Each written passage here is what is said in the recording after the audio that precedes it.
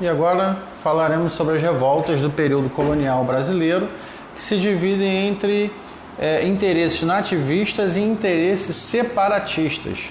O Brasil foi colonizado por Portugal a partir de 1500, mas a efetiva exploração do território não começou no mesmo ano.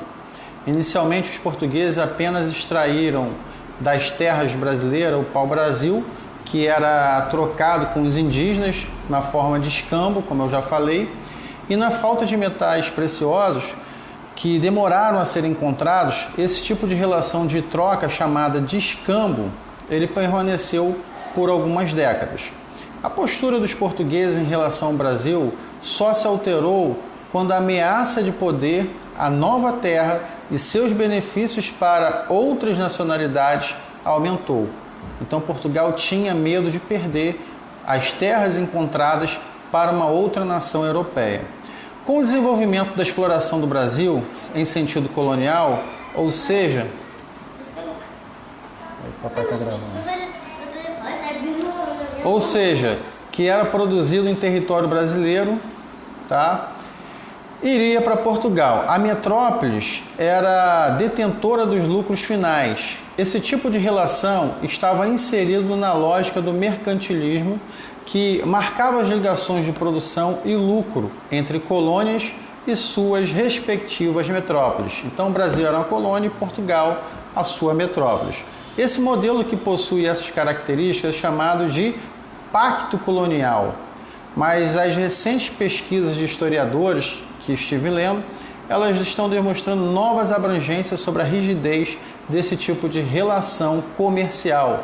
E ao que parece, o pacto colonial não era tão rígido como se diz por muitos anos.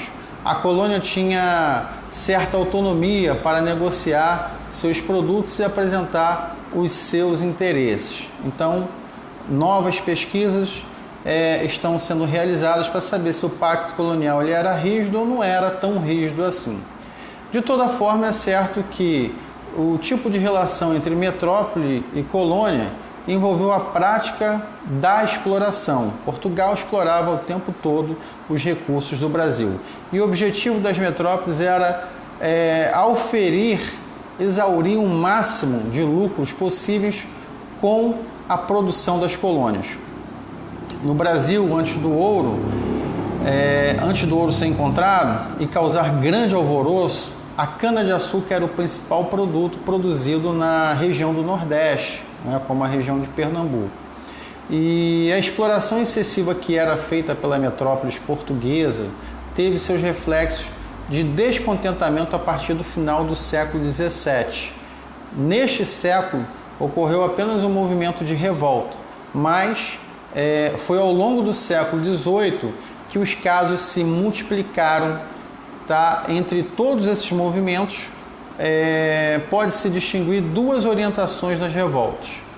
Uma era do tipo nativista e a outra era do tipo separatista. As revoltas que se encaixam no primeiro modelo, nativistas, elas são caracterizadas por conflitos ocorridos entre os colonos ou defesa de interesses de membros da elite colonial. Elite colonial que monetizava tudo e explorava tudo. Somente as revoltas de tipo separatistas, que queria o fim do pacto colonial, que pregavam uma independência em relação a Portugal, queria liberdade comercial e política. E entre essas revoltas nativistas, a mais importantes estão a revolta dos irmãos Beckman, Guerra dos Emboabas, Guerra dos Mascates e a revolta de Filipe dos Santos.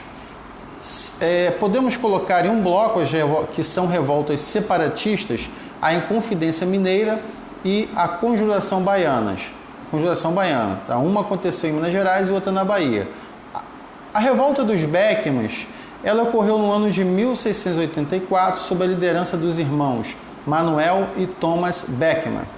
O evento que se passou no Maranhão reivindicava melhorias na administração colonial, o que foi visto com maus olhos pelos portugueses, que queriam o tempo todo reprimir os revoltosos de forma rígida e violenta.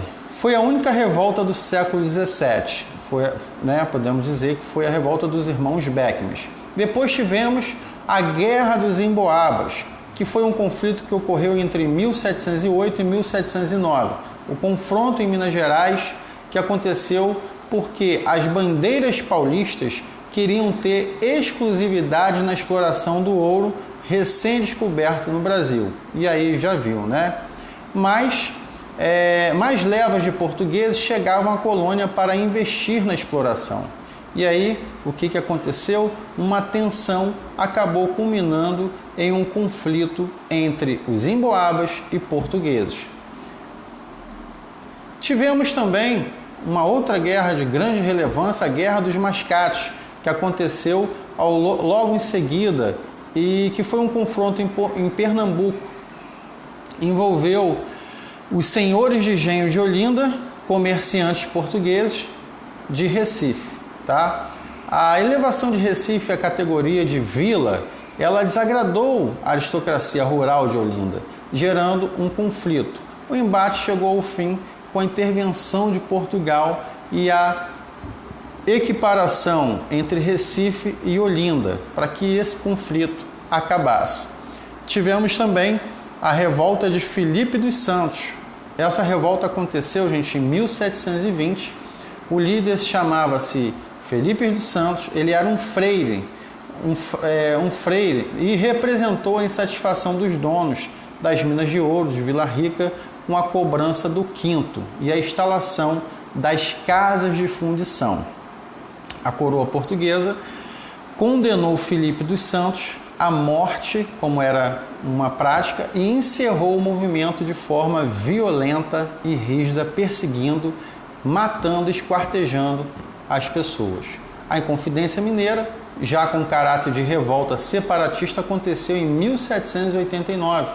A revolta dos mineiros contra a exploração dos portugueses pretendia tornar Minas Gerais independente de Portugal, mas o movimento foi descoberto antes de ser deflagrado e acabou sendo punido com rigidez pela metrópole portuguesa. Tiradentes foi morto, esquartejado em praça pública, para servir de exemplo aos demais do que aconteceria aos descontentes com Portugal. E agora falaremos sobre a Conjuração Baiana, também, que era um movimento separatista, ocorreu em 1798 e esse movimento ocorreu na Bahia. Ele pretendia separar o Brasil de Portugal e acabar com o trabalho escravo, e foi severamente punida pela coroa portuguesa. Então, os movimentos separatistas, podemos dizer que aconteceu na Bahia e em Minas Gerais, né? Era o início de um processo de descolonização. Assistam